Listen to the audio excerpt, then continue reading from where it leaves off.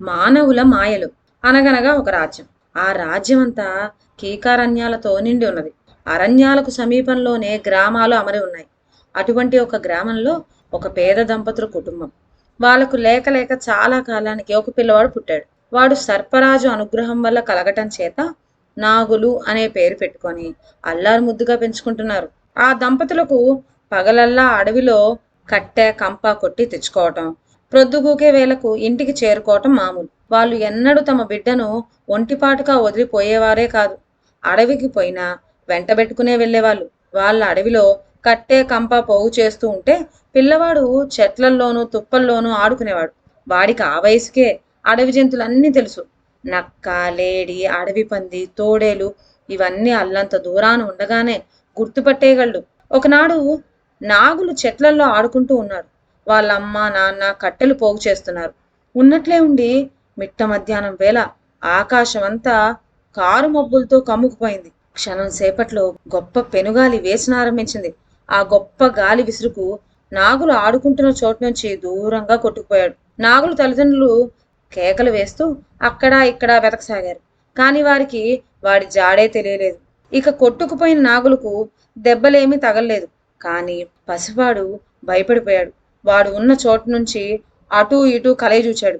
ఎదురుగా ఒక పొదల్లో నుంచి రెండు కన్నులు నిప్పు కన్నుల్లాగా మెరుస్తూ వాడి వైపు చూస్తూ ఉన్నాయి. అవి తోడేలు కన్నులని కూడా గ్రహించాడు.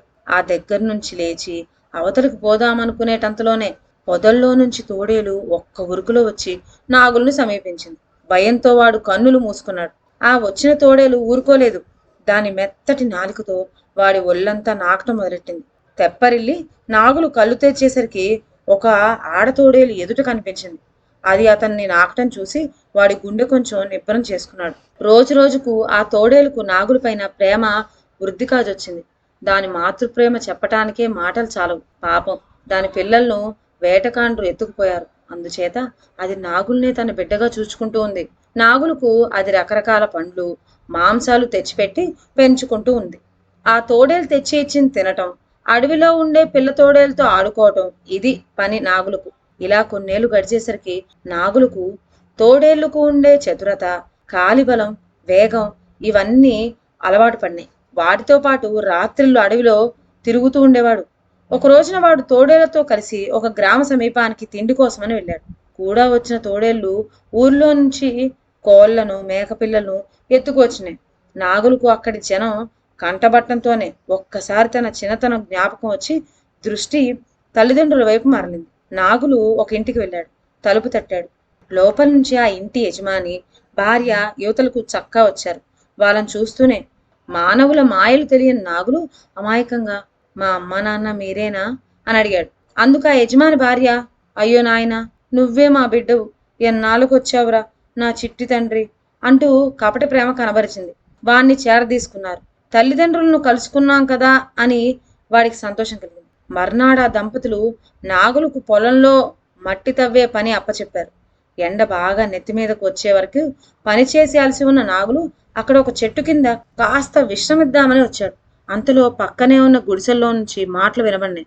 తన తోడేలు చెవుల్ని ఆ వైపు తిప్పి సంభాషణ వినసాగాడు నాగులు. నువ్వు భలే తెలివైన వాడివయ్యా, ఉక్కు ముక్కలాంటి కుర్రాడు, ఇక మనం పని చేయని అవసరమే లేదు, అంతా వాడే చేసుకుపోతాడు అన్నది భార్య.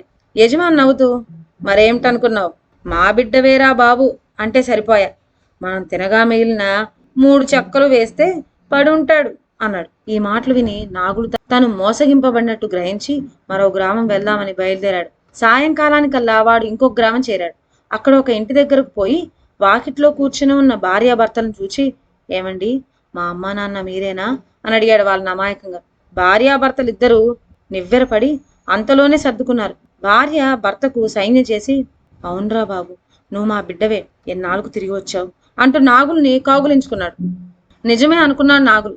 ఆ రాత్రి ఇంటతను నాగులకి ఆ మాట ఈ మాట చెప్పి, నాయనా, రేపటి నుంచి పొలం పని అది నువ్వే చూసుకోపో, మనం చాలా బీదవాళ్ళం, పని పాటలు నువ్వే సర్దుకుపోతూ ఉండు అని చెప్పి ఇన్ని గంజి నీళ్లు పోశాడు. కానీ ఆ రాత్రి నాగులు పడుకున్న తర్వాత ఆ భార్యాభర్తలు నవ్వుకుంటూ కమ్మని కూరలతో భోజనం చేస్తూ ఉండడం నాగులు పసిగట్టాడు. అతడి చెవులు ముక్కులు కూడా తోడేల్లాగా అక్కడ వినబడే ధ్వనిని ముక్కుకు తగిలే వాసనను ఇట్టే పట్టివేయగలవు. వీళ్ళు నిజమైన నా తల్లిదండ్రులు కారు అని నిశ్చయించుకొని నాగులు ఇంకో గ్రామం బయలుదేరాడు. అయితే ఇంటివాడు ఒక పట్టాన వదిలే రకం కాదు. వాడు నాగుల్ని పట్టుకొని ఒక గదిలో పడేసి తాళం పెట్టాడు.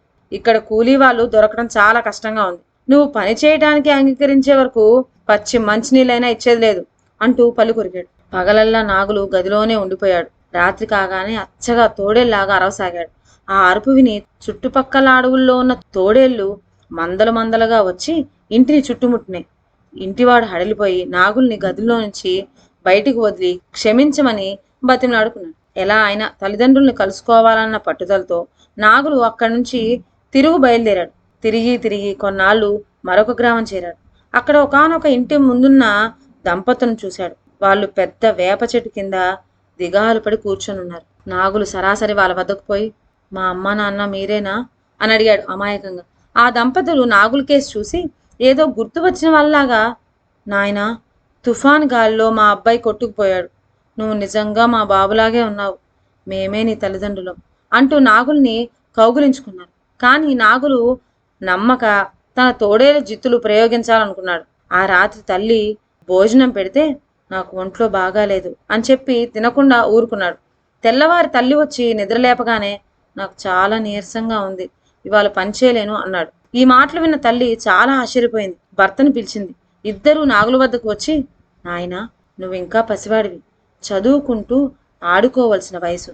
మేము నీ కోసం పనిచేస్తాం, నువ్వు పనిచేసేదేమిట్రా తండ్రి అంటూ నిండు ప్రేమతో బుజ్జగించారు. ఈ మాటలు వినగానే నాగులకు తన నిజమైన తల్లిదండ్రులను కలుసుకున్నాను అని రూఢి అయిపోయింది. ఆనాటి నుంచి భక్తి శ్రద్ధలతో వాళ్ళ ఆజ్ఞలను పాటిస్తూ చక్కగా చదువుకోసాగాడు. కానీ నాగులు తనను ప్రేమతో పెంచి పెద్ద చేసిన తోడేలు తల్లిని మాత్రం పూర్తిగా మర్చిపోలేకపోయాడు. చీకటి రాత్రుల్లో ఊరి వెలుపల అడవి ప్రాంతంలో తిరుగుతూ అరిచే తోడేళ్ల గొంతు విన్నప్పుడల్లా అతడికి నిద్ర పట్టేది కాదు. ఆ అరిచే తోడేళ్ళలో మా అమ్మ కూడా ఉండే ఉంటుంది అని అనుకుంటూ కన్నీళ్లు పెట్టుకునేవాడు నాగులు. ఇదండి ఇవాళ కథ. మరొక మంచి కథతో నెక్స్ట్ వీడియోలో కలుద్దాం. అంతవరకు సెలవు. నా ఛానల్లోని కథలు మీకు నచ్చినట్లయితే నా ఛానల్ను లైక్ చేసి సబ్స్క్రైబ్ చేయండి. షేర్ చేయడం మర్చిపోవద్దు. కొత్త కథల నోటిఫికేషన్ కోసం బెల్ ఐకాన్ ప్రెస్ చేయండి. Thank you.